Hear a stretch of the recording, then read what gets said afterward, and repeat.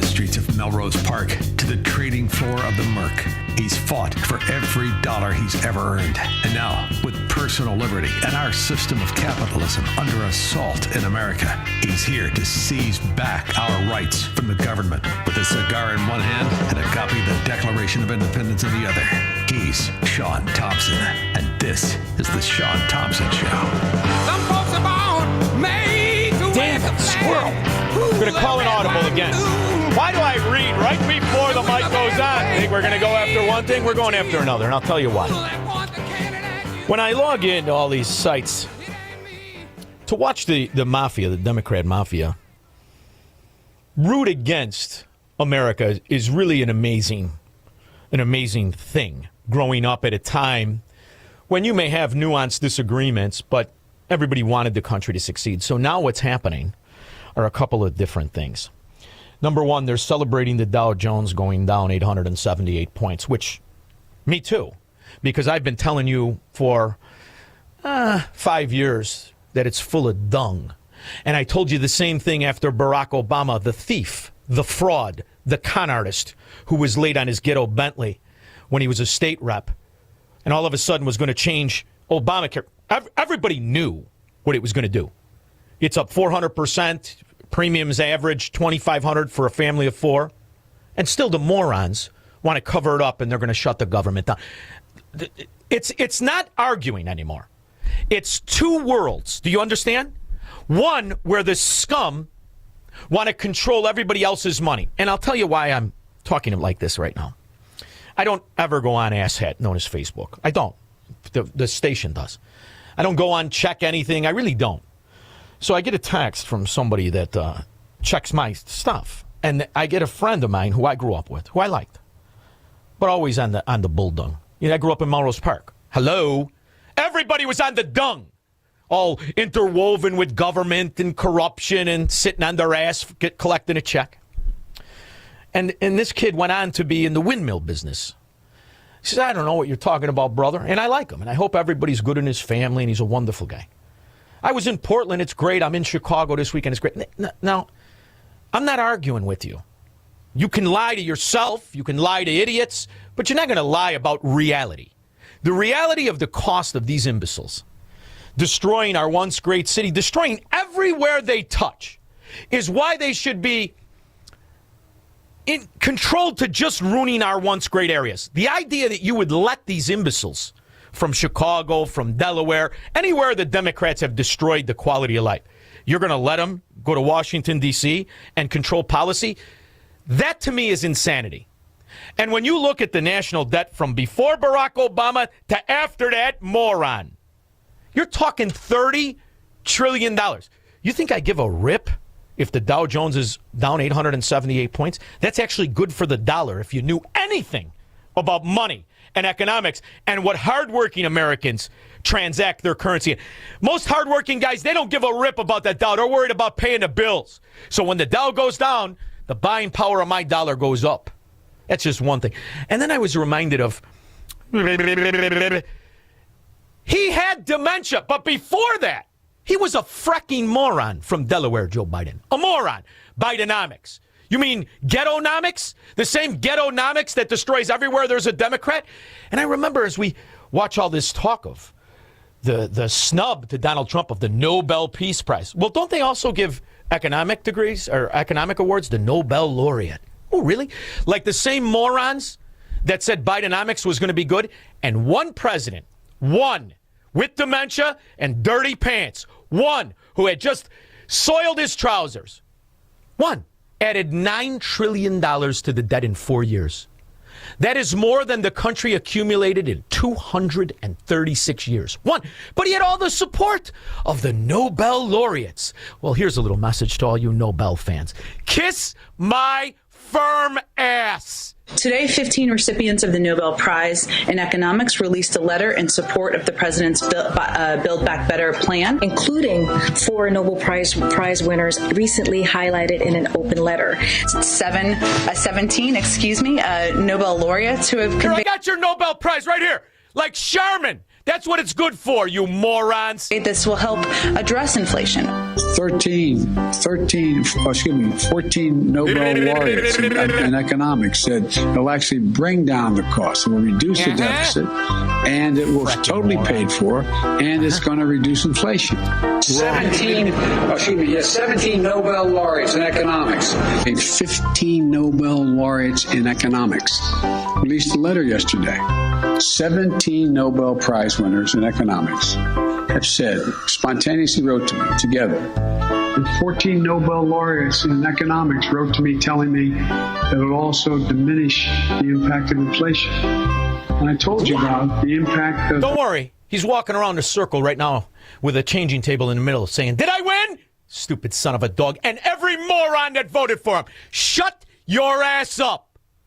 17 Nobel laureates saying it's going to decrease inflation, not increase it. And this is from 15 Nobel laureates in economics. Just keeps making it up. Like the story about how he used to date his wife when she was a 14-year-old babysitter. Then it was the story, no, my brother showed me a picture of her in a magazine. Sure, she used to babysit your kids, you sick bastard, child sniffer.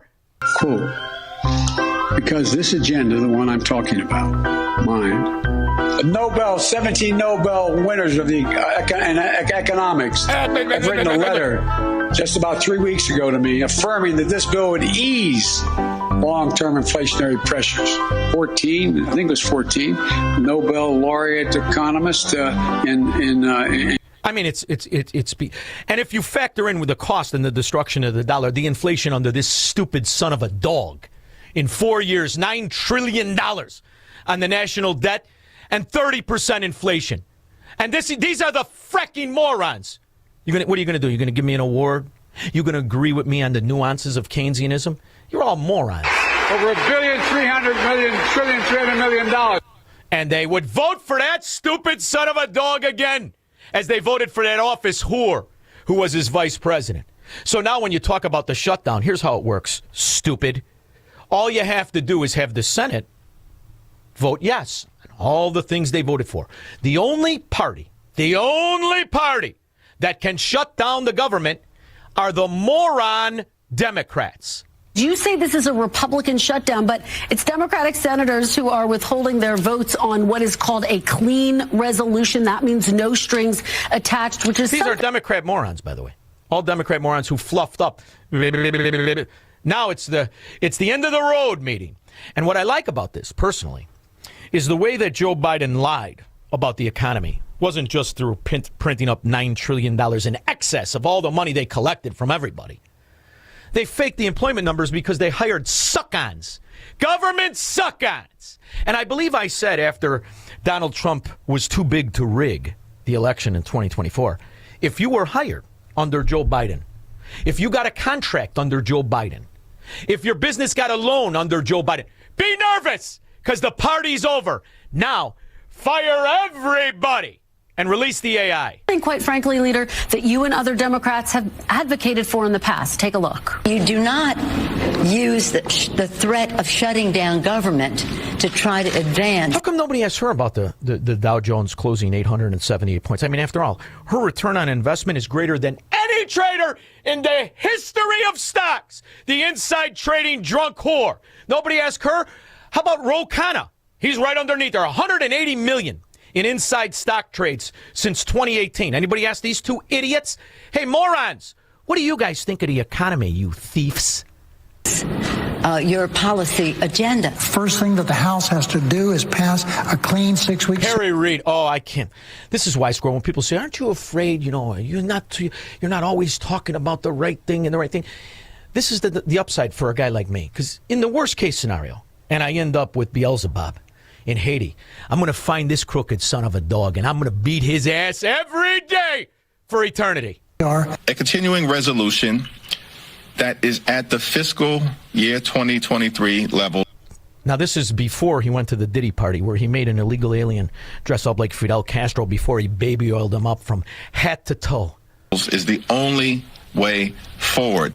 Yeah. You can get him to say anything. Like a Chicago alderman. Here's 500. Say what I want you to say, crook. And by the way, lower my property taxes like a Pritzker. Blaming the Republicans for the shutdown, but in point of fact, it's the Democrats in the Senate who are refusing to vote for the clean continuing resolution to fund the government for 7 weeks. I mean, that just as a point of fact, the way that we have always covered shutdowns is that the party that is not voting for the CR, the continuing resolution. Even Jake Tapper, he must have met a new side girl who wasn't a communist. To fund the government is the party that is blocking the government funding and is responsible for the shutdown. That's how we did it the last time in 2018, 2019. That's the time we did before that during the Obama administration. I mean, it's your party that is refusing in the Senate that is refusing to vote for the continuing resolution. You're blaming.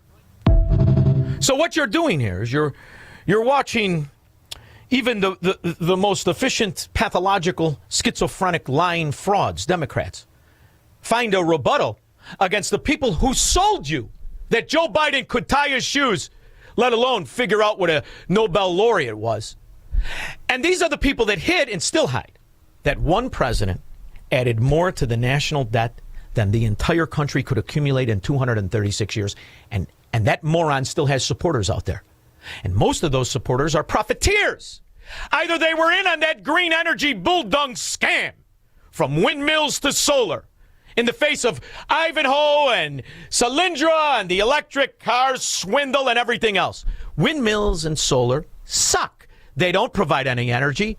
They provide money to be stolen by thieves in the windmill and in the solar panel business. And that's why they can't exist on themselves any more than a construction company who only does work for the city of Chicago and charges 5 times what other construction across the country. It's the same kind of scam. The only difference is, at least for a little while, when those half-ass mafia construction guys put a road up, you could drive on it for about 6 months before you break a wheel in a pothole. Other than that, it's the same scam without half the effort. And that's what we're really talking about. And this is good news, because under Donald Trump, all the Joe Biden stealing for that green energy bulldung, it's all out of the window. And now we have the evidence of all of the nonsense that they claimed were wildfires. 118,000 acres were burned in 2019 by Democrats, by schizophrenic eco-terrorists who were setting fires the whole time. This dude just started the fire. Dramatic video. No kidding. And now the good news is the government, they're not only going to get rid of the cartel members and the illegal aliens and the drug dealers and the low-rent welfare roaches who've been helping you steal election. They're going to arrest the arsonists. They're going to arrest the cartel scum, which is why you probably haven't heard this on other news shows, but I want you to hear it. Sinaloa, what's their second city? Isn't it Chirac? Where they walk around with impunity? Got their little taco carts, trolley carts, where they can exchange drugs and money, and we'll pretend if you arrest them, they're great citizens for 2 decades, even though they don't want to take advantage of the 6 pathways to become a citizen. So now they're a little upset.